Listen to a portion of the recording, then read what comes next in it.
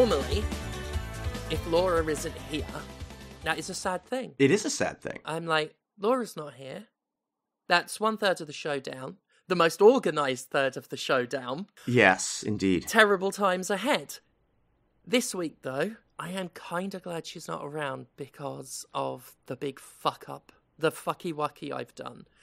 Oh no. That I think you will be able to understand and help with, but I think would just panic her because I've put all our names down on this. Okay.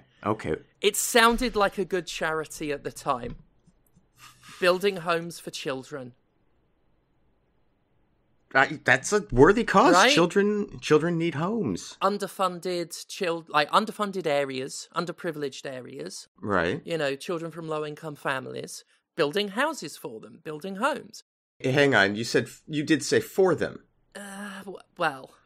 Because that the for them came after, like, building homes for children is different from children building homes for them. Yeah, so that's the issue, is I did sign all our names down as... Well, they were looking for new people running it, new people to be the face of it, new people to, on reflection, now be culpable for it. Because you clocked it quicker than I did. Mm-hmm, I didn't realise until 6 weeks in that it was not building homes for children. It was children for building homes. Specifically for the rich and famous. Right. Yeah. So we are now the proud owners of a charity that has been maligned by every other charity in the world and the United Nations. They've got a lot of questions. And this was set up in the UK, huh? Mm-hmm. A little country off the UK. A couple of 1,000 miles off the UK shore called Slatovania. Where there's a... Like, they're a small country, but a lot of money goes through it, apparently. Quite a bit of cash goes through it. Now, I've got good news and I've got bad news. The dangerous construction equipment that I bought for the children to use, thinking that adults were going to use it, you know, adults with training, isn't actually going to be used. No? Ye knew. That's because of the bad news. Not only is it children for building homes, it's children for the homes building. We're making the houses out of the children. Right. Predominantly the ones that died using the heavy dangerous equipment that they weren't trained for. So only about, I want to say 10 to 25% of them will still be alive. Okay, but so the equipment is still technically being used. It's just not being used for construction. It's used for refinement. I mean, that's what I've put down on the expenses for the tax write-offs. We got to look after our bottom line. Absolutely. You know, speaking of the bottom line, I do wish they hadn't used the living children as the foundation, but there you go. That would be a little shakier, right? Because you would sort of expect that over time the foundation built of the still living children would be more prone to rot and collapse. And that's okay for roofing. Yeah, there's going to be some sinking. Yeah. With the building. Yeah. Well, that's unfortunate. It is. That is unfortunate. But yeah, we've... So the trial is in 3 weeks. So make sure you dig out your suit and tie. And I'm hoping we can just... If you and I go as co-defendants, then we don't have to let Laura know. I don't think she'll notice our absence of, 12 to 14 years? If we're lucky. We might want to stay in longer, because after that time, the living children are going to be old enough to sue. Welcome to Podquisition. Welcome to Podquisition. and not a podcast that we stopped doing 8 years Yeah. It's been that long.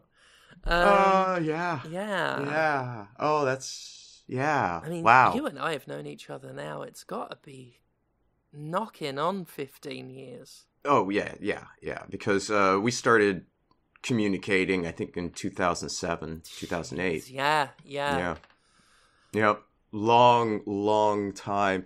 Long time doing video games, which is what we talk about on this show. Yeah. I'm trying to fill the Laura role as best I can. I actually did prepare somewhat this week instead of just relying on Laura to have done all the preparation for us. Conrad, that makes 2 of us. Oh my goodness. Wow. Just checking my notes. Oh, sorry. 1. Sorry, I misread. Sorry, my 2s look like 1s. That makes 1 of us. Just 1 of us prepared. It was you. You're the one that did that. Well, did you play anything this week, Did Seth? I play anything this week? There's a question. I played Deadlock. I'm not sure I can talk about that one, though. Oh, you might get banned from matchmaking. I might get banned from matchmaking. Or I might get banned from matchmakers, which are a chocolatey delicacy. Quite nice, actually, the mint ones. Yes, I can't talk about that. The only other thing, I have a copy of Black Myth Wukong. I didn't buy it. I want to make that clear. But I am going to take a look at it. But something tells me we'll be having a little chat about them later, the people behind Black Myth Wukong. Yeah, that might come up. Yeah, I know I've got a couple of comments. The only thing I've really been playing is more Doom. I've been dooming it up and down the country. Well, in my house. Yeah, just Doom. Because I've played vanilla Doom for as long as it's been a thing, you know. Right. Ever since, 93 or whatever. I love Doom. Absolutely adore it. Doom 2 especially, that's the one I've got, the big nostalgia for. I've never really dug too much into the mods and stuff. I've played Harmony before and Brutal Doom, but as far as a lot of the WADs go, I haven't really touched them. That's one of the sad things about the new release, because it was on Game Pass, and it was actually free on Switch as well. So I got them downloaded, because I saw them. I was like, Doom, that's not been released for, since about, half an hour ago? So I better grab that. And it's predominantly how I've been playing them recently. And I will say, as far as ideas go, having those mods in a browser on console, as well as PC, if it wasn't a complete shit show, if it wasn't that random chum bucket, as JP LeBreton described it, I was looking at the mods last night, just going through the really poorly implemented browser, thinking, for anyone who plays Doom on a console predominantly, and got this one, they've got endless new ways to enjoy Doom that is really easily accessible for them, and they don't have to fuck around with mods. It is a great way, potentially, to introduce all of these great mods and all of this inventive work, and just get endless replay value out of Doom.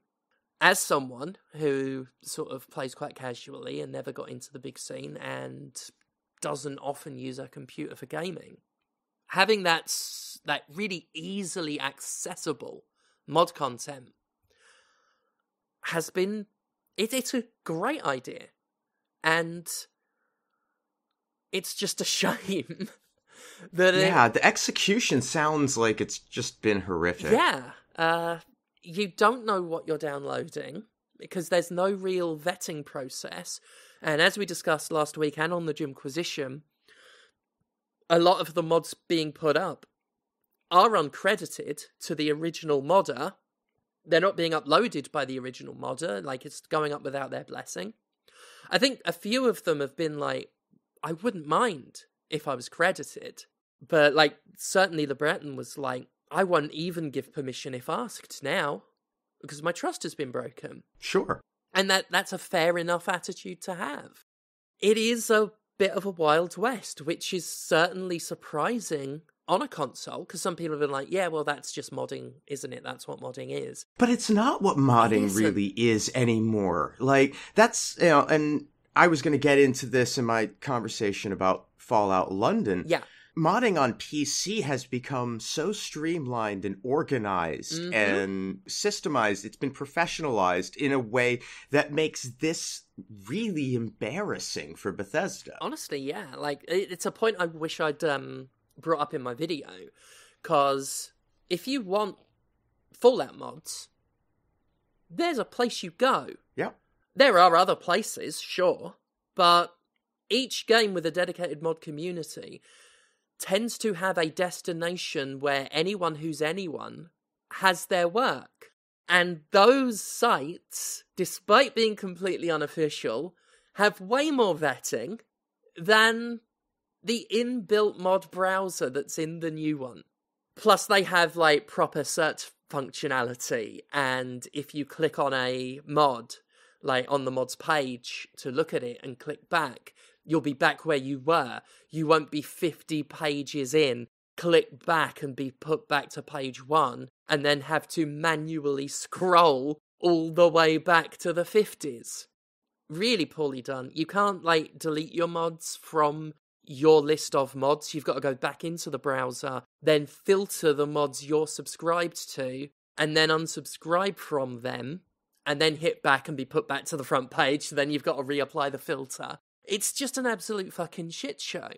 The fact that it is a shit show, and that it is Bethesda's, like, Bethesda-related ineptitude, again, has made it quite funny when I play a mod called the AOL Girls Museum, and it's playing a MIDI version of Ironic and other licensed music that they don't have permission to have in there. I've got a laugh. They've got all the stuff up there, and I'm not sure how much of it should be. What are the rules regarding a game that uses Mr. T's exact likeness and his voice files? Oh, it's a pretty significant violation of copyright. Yeah. The intellectual property implications of allowing, 30 years of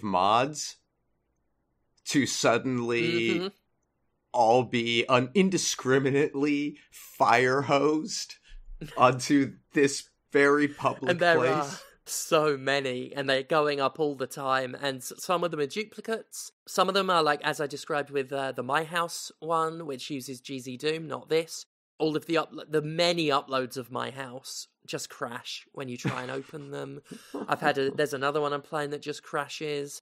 And the copyright stuff is amazing. I played a Sonic mod that just straight up rips music off of the games. Not even like a MIDI version. It's the music just taken. Wow. A Simpsons mod that uses all the characters and a bunch of voice clips. I didn't really, I have not been that into Doom in a very, very long time. Certainly, when it was out and for several years after, I was playing a lot of Doom and, so forth. Yeah. And by the turn of the century, I maybe have booted it up once, and just been like, oh yeah, this was Doom. That's fine. But I did do some mods back in the day that were really fun. And I know that, things like My House and some of the total conversion stuff that has happened has been extraordinary. There was one, and if you can find it, I would suggest giving it a try. There was a total conversion Doom mod that told the entire story of Army of Darkness. That is on the browser. Yes, it's good. I've not looked at it yet, but they do have Army of Darkness on it. It's actually, if it's the one that I played, and I can't imagine anybody would do it again, it's a pretty impressive total conversion for the time in which it was made.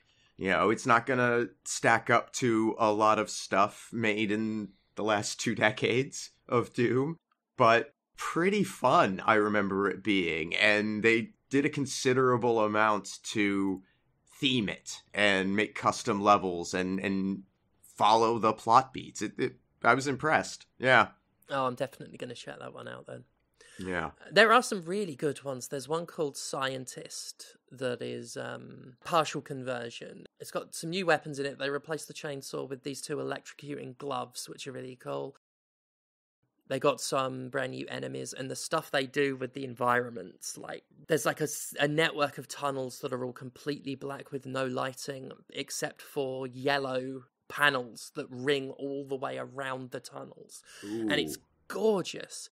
And the music that they've added is really nice as well. That's probably been my favourite one so far. But yeah, I've been super, like, I just went full on hyperfixation with it this time. And like I say, I've always loved Doom, but the past week, I was up one night, like, playing the master levels for Doom 2, like, until dawn.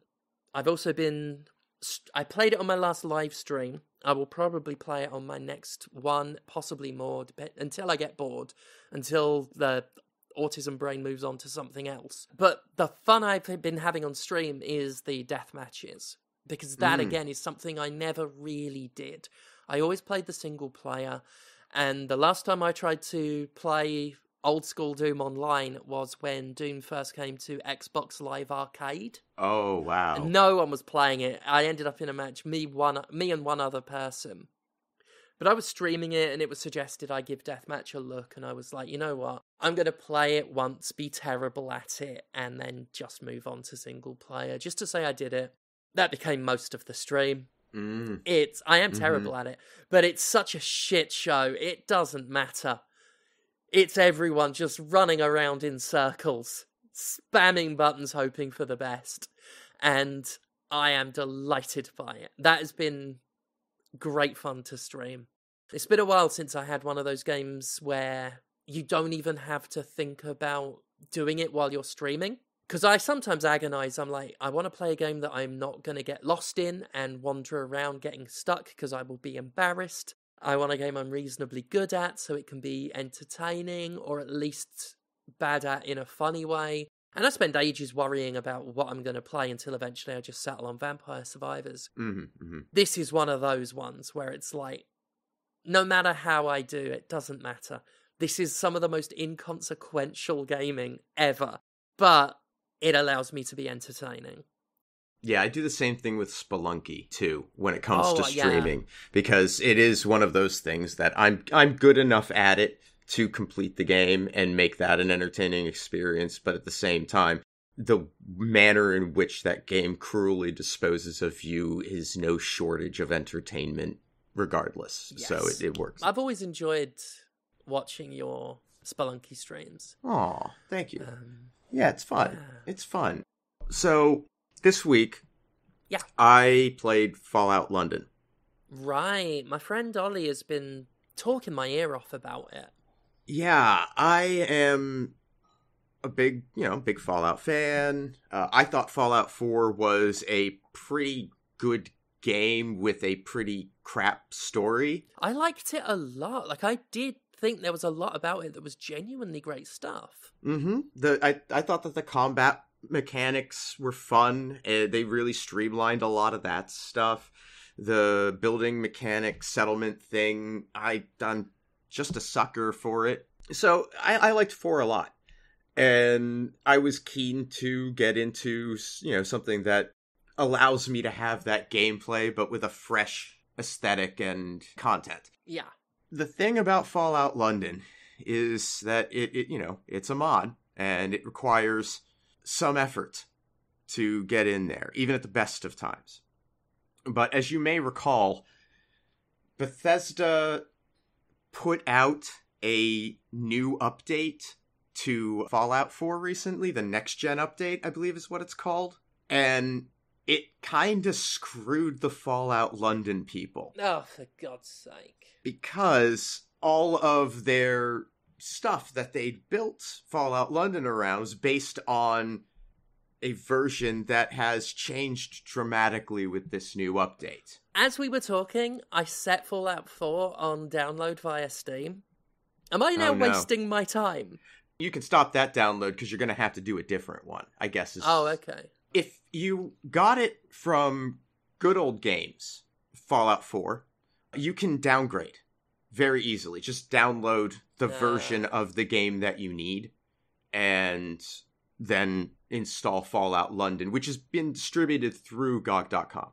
They partnered up with GOG to distribute Fallout London, and so it has its installer that it's a one-click, and once you have a prepared Fallout 4 installation, you just install Fallout London over it, and it should work. But it has introduced a whole layer of additional complexity to a process that this community, as I said, has gone to great efforts to streamline over the years and make convenient. So, fucking hell, Bethesda. Yeah. What you have to do if you're on Steam is you can go through and do the manual downloads of all of the old versions. There's a process for that. Keep in mind that Fallout London requires all of the DLC as well. So you will need to download all of the old versions of the DLC also. Now, somebody built a very useful downgrader tool that automates this process. But it requires you to log in with your Steam account to get in there and download the files through. Which is great if you know your Steam account's password. But if you don't know your Steam account's password and need to change your Steam account's password, first you'll need to get into your Steam Guard mobile authenticator app. Now, if you're not logged into that either, you may have another problem on your hands. Jesus Christ.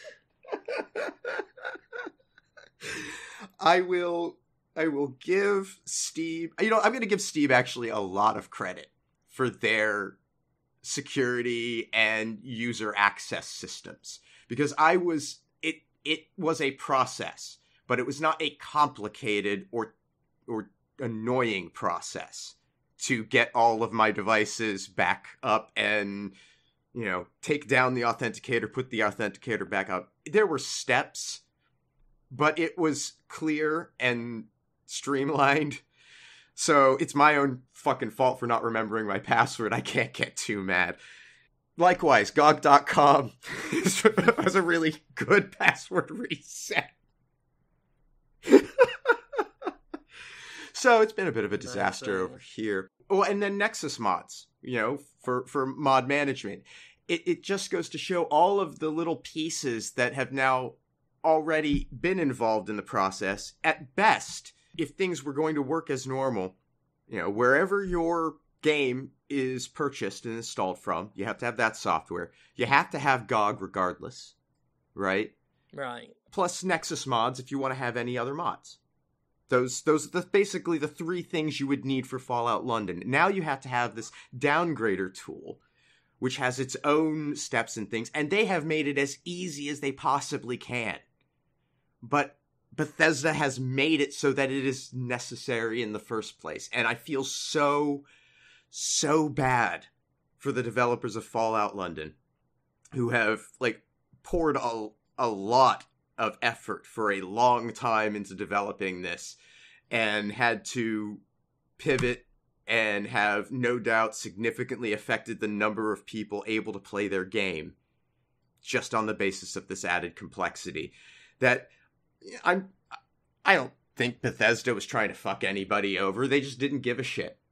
And you can't necessarily count on a publisher or developer having a collaborative spirit with you in modding. That's the best case scenario, that a company is approachable enough to say that you can go and say, hey, we've got this idea, we've been working on it a bit, but you can't do it because the legal landscape is so terrifying. It's a good way to get your passion project shut down. So that sucks. And it took me 2 hours to install Fallout London. But I got it in, and I got recommended mods installed, and I fired up the stream, and I kicked it off, and it has a very well-produced, War Never Changes sequence that sets up the factions, and they did a great job with that. And once you get past that, it brings you into the character creation screen, it's the same setup from Fallout 4. It's in the house, right? They just used that sequence to get to the character creator. And then once you exit it, it loads out of that and starts Fallout London proper. Or at least it would if my installation hadn't hanged right at that point. And so then when I loaded the game, it loaded me back in the house, and my wife is just stuck there. And I am able to move around and interact with Codsworth and bring up my fists and, like, check out the whole house. I can't play with my baby. There's certain things that are disabled and other things that aren't, but I'm just stuck in there. And there seems to be nothing I can do to escape. And I'm going to have to go through another probably hour-long process of reinstalling Fallout London again just to get to play it. So, yeah. Yeah, kind of a I might just watch bummer. videos about it instead. You may not have the experience that I had, right? And I may just say, you know what? I don't care. I'm going to spend $20 and buy it on GOG in Game of the Year edition there because it's on sale. And I want to play Fallout London, and I will just consider that me buying Fallout London. You know, and I will feel bad that some money is going to Bethesda for me buying Fallout London and not the developers of Fallout London. But that just may be what I do. And then that is a seamless process. It's way easier to do it with GOG because everything is there. But yeah, it sucks. It sucks. The other thing that I played is something that I have to hold off until next week because Laura needs to be here. Uh-huh. Because it's about butts. Well. Right? Yeah, definitely. Hold on. It just wouldn't be fair, for me to do. I mean, that would be like being on a podcast with Jonathan and only talking about video games when Jonathan's not around. Oh yeah, that would be a terrible waste of his time. Exactly. Yeah. Yeah. So no, I understand that. But I did briefly play a game called Strange Telephone, which I'm very intrigued by. Strange Telephone. This came out in 2017. It's an adventure game, and I've had it on my Steam wishlist for years. It's like one of those $5 games, and I frequently will browse through Steam and find those cheap things and then wait for a Steam sale for them to be excruciatingly cheap and then pick them up. This was one of those things that I probably put on my list in 2017, 2018. It would go on sale, and I'd be like, oh yeah, that thing, that's $1, I should buy that, and then just not. And someone gifted it to me last week. And I thought, well, okay, now I'll take a look. And it was more out of desperation from realizing that Fallout London didn't work for me, and the other game about butts I can't talk about, that I needed something to discuss on the show, that I booted it in the first place. But I am glad I did, because it is very interesting. It's an adventure game that is presented in a 2D flat plane where you have a character and her magic telephone, and you are traveling between worlds trying to find a key which allows you to open up a gate. And the gameplay centers around using the telephone to dial your way into locations in we'll just call it an overworld, which consists of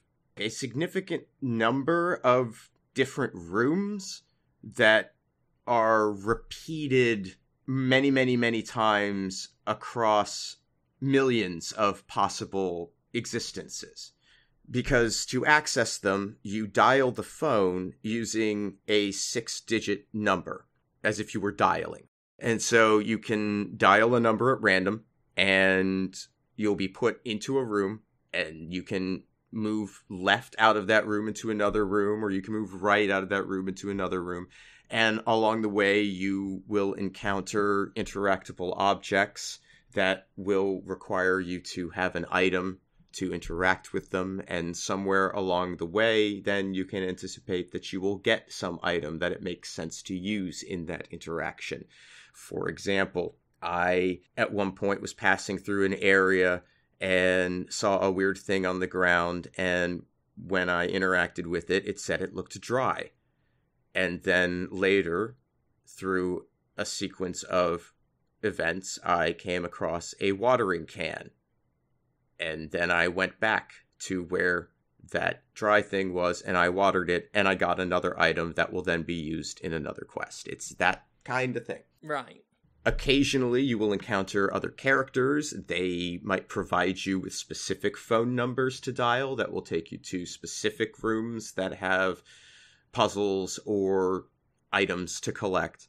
The first one of these that you get is a tool that will allow you to save a phone number and has a little display with icons that illustrate what was in that room so that you can go back to something quickly and easily without having to maintain a whole paper list of all of these numbers and things like that.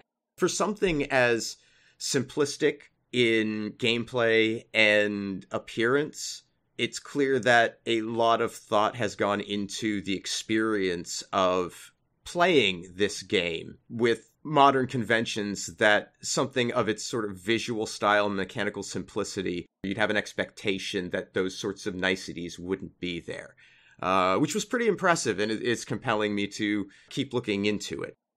You play anything else this week, Steph?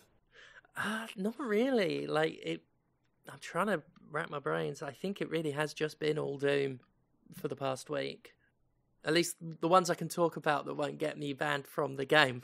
Even then, I didn't really play it much. When I tried playing it, it wasn't the scheduled time, so I just sort of dicked around with some of the test things, like testing characters. I've probably said too much even then. I don't want to be unethical and scummy. Yes, I do. I love it. Well, should we move on to some news? Why not? Why not? All right. So, as we hinted at earlier in this conversation, Black Myth Wukong, which is out now and is the most concurrent played single-player game of all time on Steam. And might I just say, right, I am absolutely thrilled for the anti-woke gamer boy set, who obediently throw their money at everything provided the developer is a big enough chud. They finally have a good one. I've not played it yet, but by all accounts, Black Myth Wukong is a good game. That's what I hear. So those boys can put it on their shelf right next to Hatred and Postal 3 and Stray Souls. They finally lucked out and are mindlessly spending their money on a good one. And that's not me suggesting that the only reason the game is successful is because a bunch of chuds wanted to make a point. This game isn't Hogwarts Legacy. It's because there is a mass market audience for a good game. You know, for a well-constructed game or a global intellectual property. Yeah. And it does look like, by all accounts, this one is a good game. May I read the do's and don'ts? Oh, yeah. This relates to an email from a company called Hero Games, which is in a marketing partnership with Game Science, the developer or publisher, for this game. But they sent out this email to creators with game code, along with this list of do's and don'ts for what was acceptable in the streamed and video content that they would produce with this code. So, yes. Okay. Also, just to point out that the review code sent to, games journalists and stuff did not include the do's and don'ts bit. No. Which is interesting for, the crowd that says, games journalism is unethical and it's the YouTubers who are trustworthy and all of this. It speaks to an understanding of the professionalism. Well, that's where I was going with it, yeah. It shows who they know this will fly with and who it won't. This is something I was talking about on stream the other night as well. And as well, to a certain extent, they don't have to say that to the people in the press because for the most part, you can guarantee that they're not. Why even bring it up to them? right? Most of the press is not going to make a big deal out of the sexism stuff when there's the big juicy game to play. I mean, trying to expect. Like, I don't agree with the whole game journalism is corrupt in the sense that they're all being paid off, but very few of them will stick their necks out. No, they won't stick their necks out, and publications don't want to deal with the blowback from it. Yeah. There are a few that are willing to let their writers do that stuff. And a lot of them will even support them after they let them stick their necks out. Not all. Yeah. So read these do's and don'ts that were sent to creators. The do's and don'ts. Do's and don'ts. Do's, enjoy the game. That's the sum total of the do's. That's the do's. Okay, so that's the only thing you are to do. They have to enjoy the game. And that one only just hit me, that is one of their requirements to stream it. You have to enjoy it.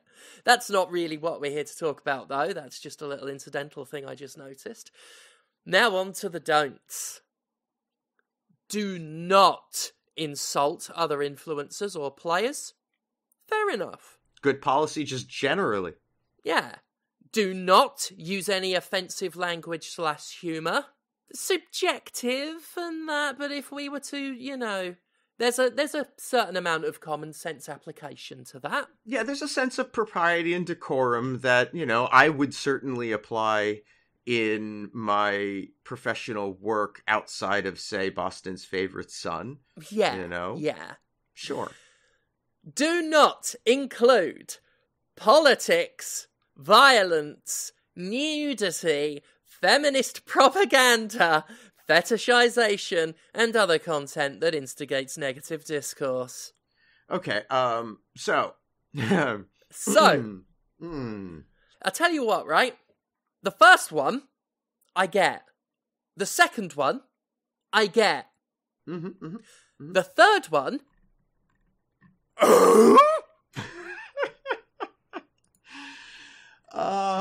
Yeah. So this is an interesting one. Now, obviously, everyone's looking at that bit where they have put feminist propaganda, which itself, on its own, is a hub of questions. That is the one where it is like, okay, this is the most unclear what you mean, as far as I'm concerned.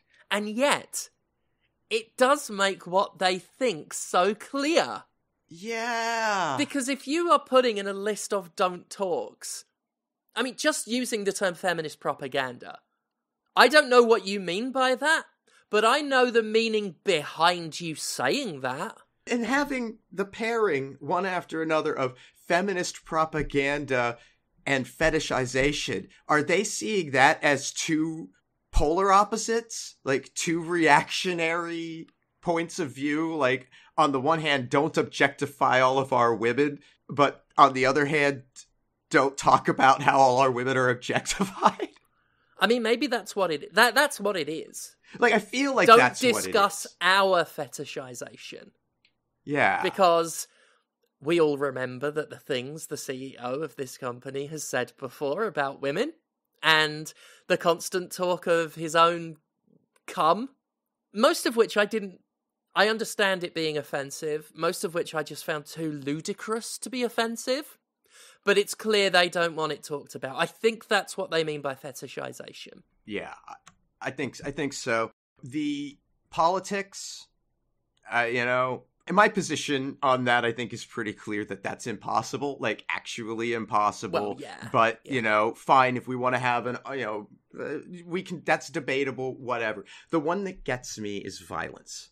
Yeah, that's an interesting one. How is it possible to make content using the review build of Black Myth Wukong and not have violence? Do you just show non-violent cutscenes? Right? That one is a good example of the overall flimsiness and subjectivity of this, where they're trying to codify rules for so many things that are so open to interpretation. Mm-hmm. Nudity is about the only one that isn't. Yep. How are we defining politics? Because if you are the kind of chud that's been using this game as some sort of anti-woke rallying point, I wouldn't be able to stream the game at all because my existence as a queer trans person is treated by the capital G gamers as inherently political. And that's their interpretation of what politics are. Yes. You exist as a queer person. You exist as a person of colour. You exist as someone who isn't the cishet straight white male. And your existence is political. And considering how much of this is virtue signalling, anti-woke virtue signalling, I would have to wonder if I would even be allowed on the weird reality where I got given a copy.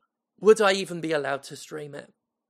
And I ask that not necessarily because I think they'd believe that I was too trans to play it, but because if you're putting politics in your list of no-no things, you are absolutely virtue signaling to people who do.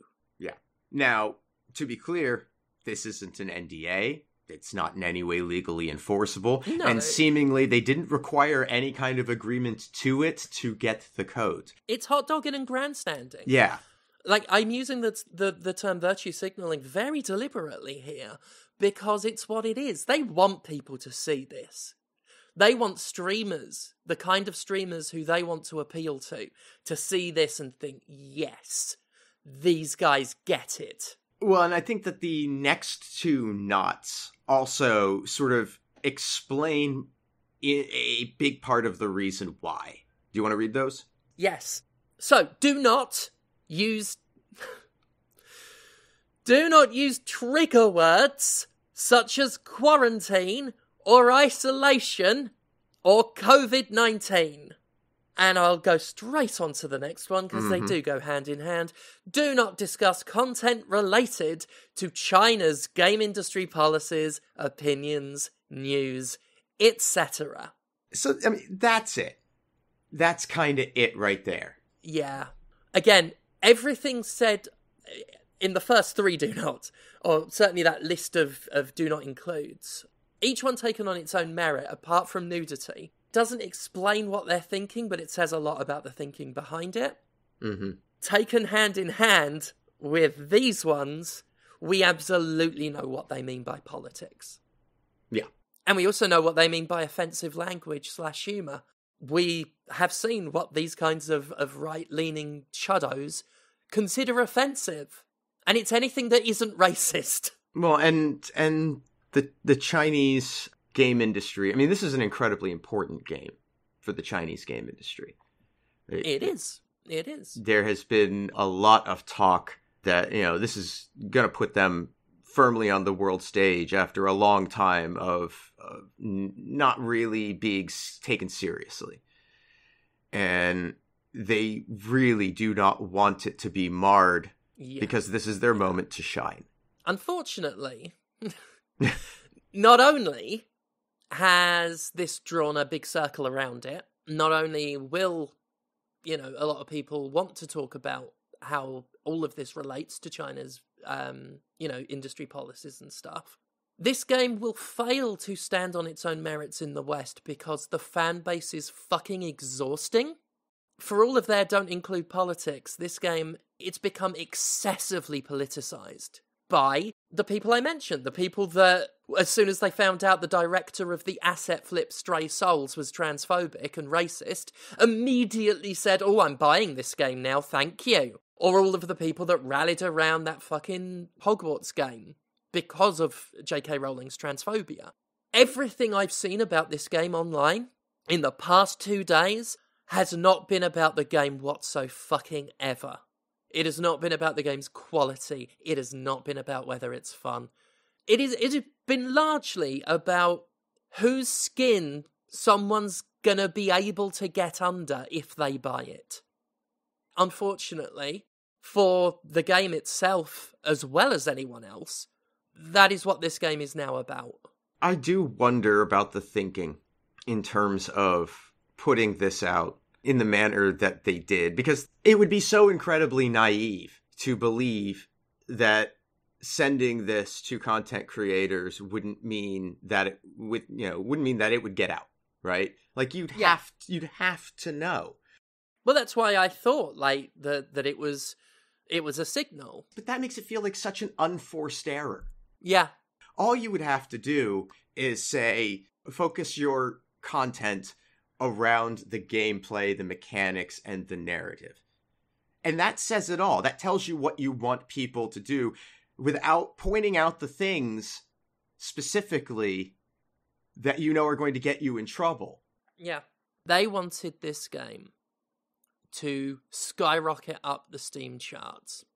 And anyone who paid attention, I know I brought it up already twice, here's a third time, anyone who saw what these easily manipulated marks did for the success of the Hogwarts game can tell if the game's already got a good marketing buzz, if you want to give it that extra push, there is an army of chuds who will obey and spend money because they think it will get under someone's skin. Not just spend money, write a good review. And thumbs up other reviews. Obviously, create engagement that feeds that algorithm, that pushes. And Steam has become such a competitive marketplace that, you know what, I wasn't on board with this being a deliberate strategy until now. I am 100% on board. This feels like them trying to game the system to get the game to the top of the Steam list. If years of Alex Jones selling supplements have taught us one thing, it's that regressive chuddos are very easily parted from their money. Yeah. And all you have to do is let them think that their consumerism is making a political stand, and you've got their money. You have it. You don't have to try. If I wanted to, reverse my channel's trajectory and wanted to make a shitload of extra cash myself, I could have that by the end of next week. It would be so easy to sell my principles out. I've seen it happen a dozen times. Oh gosh, yes. You would very quickly make a lot of money. Mm-hmm. And as long as you could sleep at night on that pile of money. And that's the difference. There's a reason why alt-right grifter is a term. And I don't think the Black Myth Wukong developers are expressly being alt-right, but I think they know who the marks in the crowd are. And so these little winks, these little signals, it doesn't have to be much. And I've seen the results online. Again, a fair bit of this game's success is on its own merit. I'm not going to say it isn't. But I have seen the people buying it because they think they're being activists and fighting the woke virus. Yep. And all it took was the phrase feminist propaganda. For a lot of them, that's all it would have taken. Yep. Don't say the word quarantine. I wonder how many of the free speech warriors who constantly talk about, people should be allowed to say whatever they want, especially if it's bigoted. I didn't see any of them offended that innocent words like isolation couldn't be used. Well, and it's funny, too, because there sure seems to be a lot of people in that community who think that the virus came from China, Wow. I mean, they were all fucking dumping on it back then. They used to call it the Chinese virus. Uh-huh. I mean, I also remember, pretty much everyone was on board with criticizing Activision Blizzard during the esports shit, where the guy was banned for talking about Hong Kong. Mm-hmm. That's so weird. That's so weird. Moving on to some other news. It's Gamescom. It is Gamescom. It's why Laura's not here this week. It's why Laura's not here. Laura is at the Gamescom doing Gamescom. This is only tangentially related to Gamescom, because I wanted to talk about Borderlands. Yeah. I started watching the movie. Did you? I'm 1 hour and 7 seconds in. Uh-huh. I haven't paid attention to a single bit of it. Yeah. I can't tell you what's happening. Yeah. I recognize some of the characters based purely on their aesthetic and certainly not their behavior. Yeah. I've not been able to absorb a single piece of information. In fairness, I was also writing something at the same time. But even trying to pay attention to it, it's been an hour of the film watching equivalent of rereading a paragraph over and over again and not taking the information in. Well, its first weekend was abysmal, as we mentioned last week. Yeah. It has been so bad that our old friend Uwe Boll is back. Oh, God. Oh, sorry, I meant, oh, good. Uwe Boll has taken to, what was it, social media. This is, my movies were rated R and made more money than this. Now you wish I directed. I tell you what, it would have been more interesting. It absolutely would have been more interesting if Uwe had been directed. Now, fact check on Uwe. If you total all of Uwe's films, it does exceed.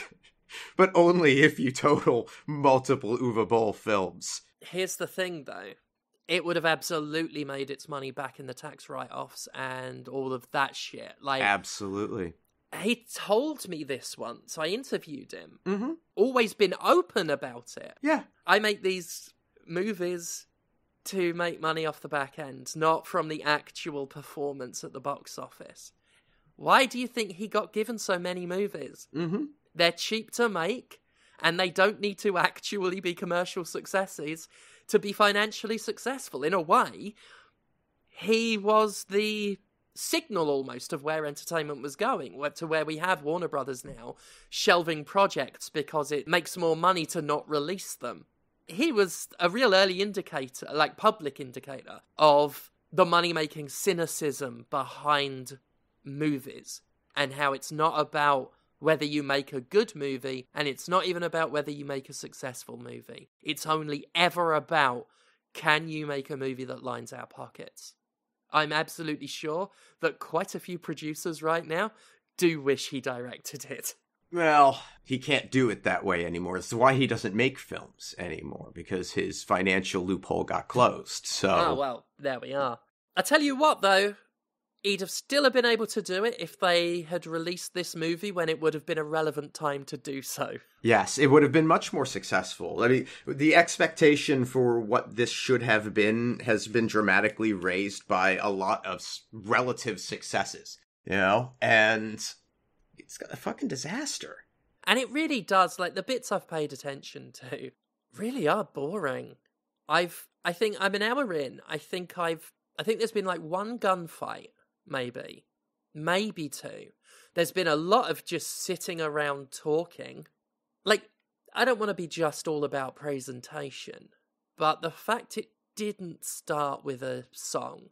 Mm-hmm. And I'm someone who thinks licensed music in movies has become too much of a tired trope, but if any film was going to do it, it would have been this one. Yeah, every Borderlands. Every Borderlands, exactly. You know, we had No Rest for the Wicked, which I shouldn't have been, but I was partially surprised they didn't open this film with it, because that is an iconic fucking part of the first Borderlands, is that Cage the Elephant song. And then we had the No Room for Heroes or something for the second one, and Busy Earning for the, even the Telltale games. Like, they had Busy Earning, which is a great fucking song. This one had, I forget what the song was, but I think during the gunfight or some riding sequence, it's all a blur already. I literally paused it to do this. That's how recent I was watching it, and I can't remember a damn thing. There's been one licensed tune in the film so far, and it was quite a ways into it, and just seemed to be there for the sake of it. Yeah, it's, I hate to say disappointing, because that's not, the expectation was nebulous to say the best. Yeah. But it has potential as an IP to be a fun movie. It's one of these things that should be disappointing. And we need a word for that. We need a word for something that is still disappointing in its lack of ability to disappoint because you figured it would. Right. Yeah. I'm not sure what that word is. Because just saying it's expected doesn't do justice to it. No. And saying you're disappointed isn't quite right. But it is disappointing in an undisappointing way. Well, rumor has it, it's going to be hitting streaming soon. Oh, yeah? Yeah. August 30th has been the rumor going around. It's been reported by a number of places that it may be out digitally as early as the end of this month. Wow. Yeah. Yeah. It's so curious to me because when I watch this film, it is obvious to me that it's not going to make a lot of money, right? Yeah. I don't know. Maybe they looked at it and thought, this could still make a lot of money. It just baffles me that we have seen so many things just binned for the tax write-off in recent years, that this wasn't tossed in the bin for the tax write-off rather than damage the brand. Well, as near as I can tell, they only do that to good films that people want to see. Yeah. Like, their choices are not... I mean, that's the thing is, and I've talked about this in a couple of recent videos, is how people running these industries are distinctly unqualified for it. Are distinctly misunderstanding of the businesses they're trying to do business in. Well, and there are a lot of different fingers in this pie, to be clear. Yeah. You know, you have the various production companies that involved, the distribution, and then Gearbox, and everybody wants return on their investment, but everybody's idea of what return on their investment means is going to be different. Like, it is not hard for me to imagine Randy Pitchford being very pissed off that he had to launch Borderlands 4 at Gamescom this weekend following this. Yeah. That brings me joy. Like, the thought of a sad Randy Pitchford makes me happy. I'll tell you what, though. Randy Pitchford, Gearbox CEO, he actually handled the film in an okay way. Yeah. For him. Yeah. He's not done it completely. He's gone on some big unblocking spree, got into a fight with Paul Tassi at Forbes. But I've got to give him his due when he said to one person shitting on the film, so what you're saying is, you like what my friends and I do with our Borderlands video games even more than you like what some of the biggest and best cast and crew of filmmakers on the planet have done. I'm super flattered. We're working extra hard for you on what's next. That's how you deal with a heckler. Yeah. He's a performer. He knows that trick. Good for him. And honestly, he can't join in the shitting on it. No. But this also is sort of not his circus. It's not his fault if the film sucks. And let's face it, a lot of video game movies suck. Well, and it's not really his problem at the end of the day anymore anyway, because he no longer owns this shit. He sold it to Embracer, and then Embracer sold it to 2K. So he doesn't have to give a fuck anymore. And yet. He still does. Mm-hmm. And in doing so, got into a fight and did block people criticising the film, although he says that was just for the ones threatening, like doing threatening stuff. Which also, why? Like, fucking why? Well, it should also be, if anyone is, like, the film should take that as a compliment, because I can't imagine anyone feeling passionately enough about the film to threaten violence on anyone. That includes the people who made it. Yeah. And I will say this, like, a lot's been made of the fact that the film wasn't rated R. It should have been. It absolutely should have been. But that is absolutely not why this film is shit. This film could have still had plenty of Borderlands flavour without the swearing and the violence, which I would have liked to have seen. I love swearing and violence. Oh, swearing and violence is great. Big fan. But this has none of the flavour. None of it. Yeah. Because if you take out the blood and the violence, you will lose a fair bit of what makes Borderlands Borderlands. But like we were talking about last week with, like, the guns, how they do nothing with having fun with the guns. You don't need to be rated R to have guns that talk or have weird properties. Nope. Like exploding fucking ammo clips when you reload and stuff. Like, they could do anything with that, and they did nothing. Most of this film, from what I've seen, has been sitting around talking. You know what video game movie probably will not as much sitting around and talking. God, I hope. What's that? Eternal Champions. Wait, what? Yeah. What? Yeah. The Sega fighting game from 1993, according to The Hollywood Reporter. It's one of two fighting games that I used to play before Street Fighter 6 was made it accessible for me. Primal Rage and Eternal Champions. I always played as Xavier. Oh my god, why? They're desperate! They're so desperate! They're doing a Boglins film, they're doing Eternal Champions. If they really run out of properties they can get their fucking hands on. It's being written by the guy who wrote the Jurassic World movies, apparently.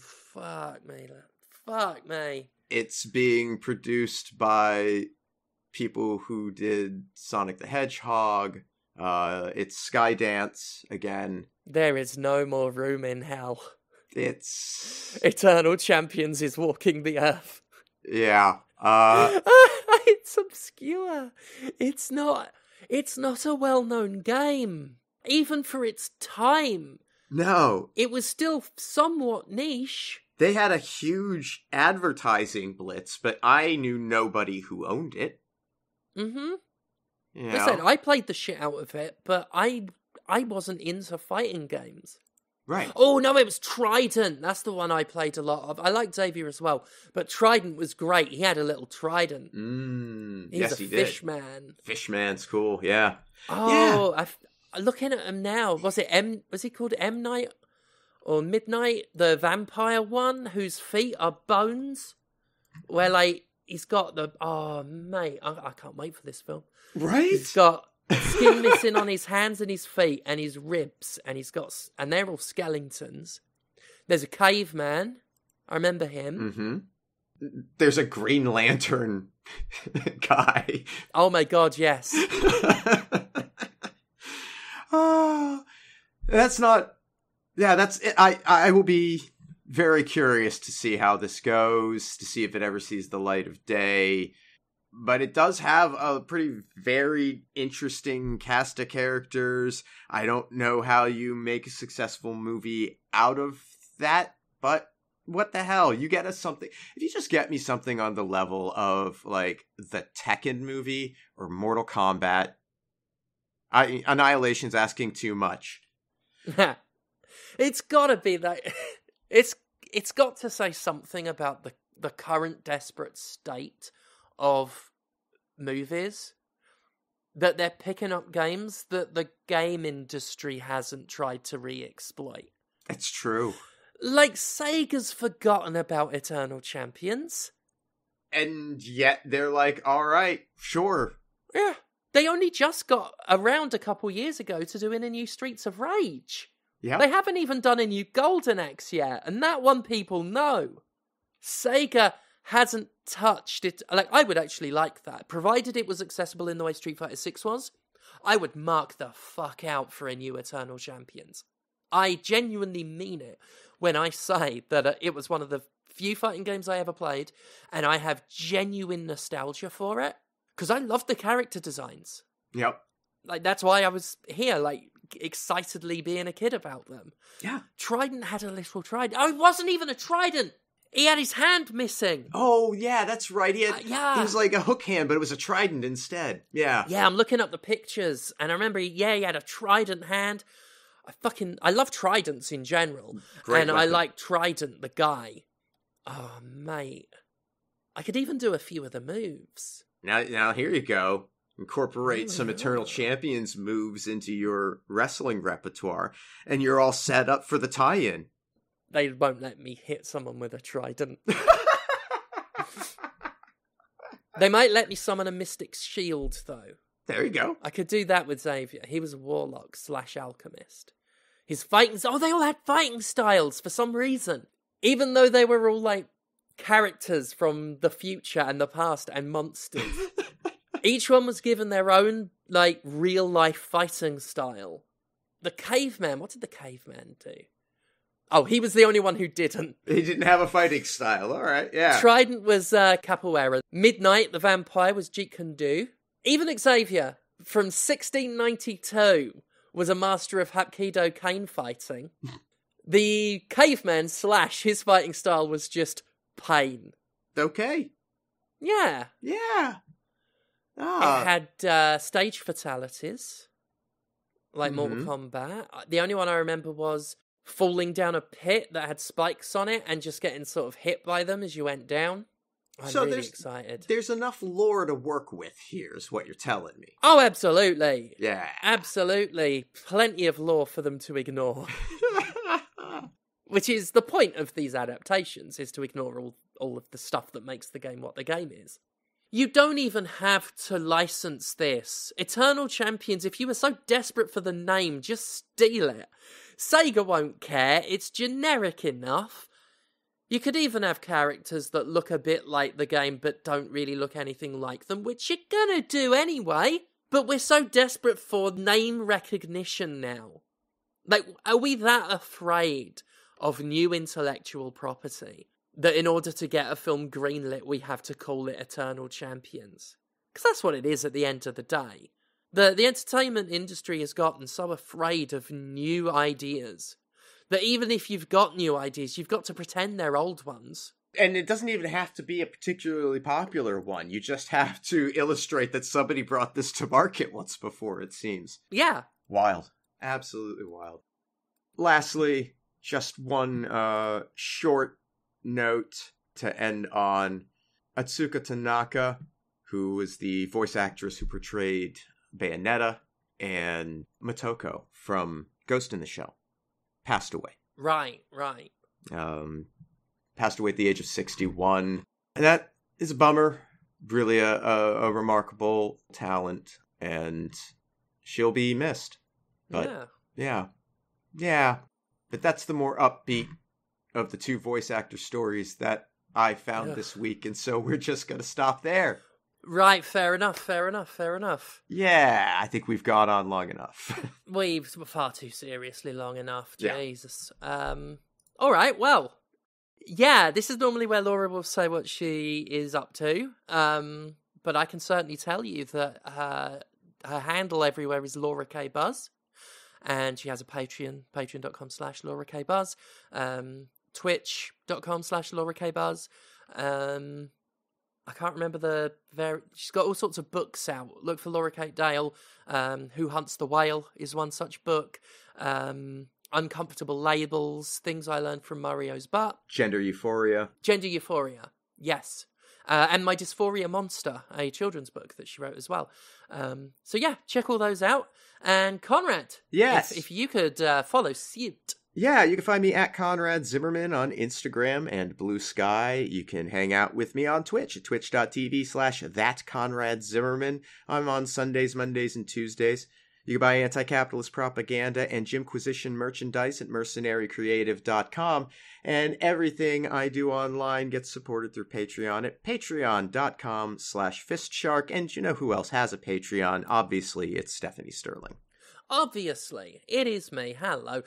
Yes, patreon.com/Jimquisition, which supports this show, and it supports the, the Jimquisition show and the reviews that we do on thejimquisition.com. And I'm also streaming regularly, but not on a regular schedule, like just a couple times a week when I can. That is at twitch.tv/JimSterling. And my next wrestling date is September the 1st. I'm going to be in Huddersfield for Tidal Wrestling.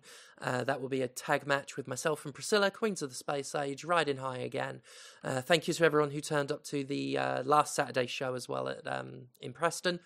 So that's Tidal Wrestling, September 1st in Huddersfield. And then I will be back in Leeds on September 20th for True Grit Wrestling, and that one you don't want to miss. That is going to be myself versus Priscilla, one-on-one, and it's going to be violent, so look forward to that. And we will see you, come what may, next week. Bye! Bye!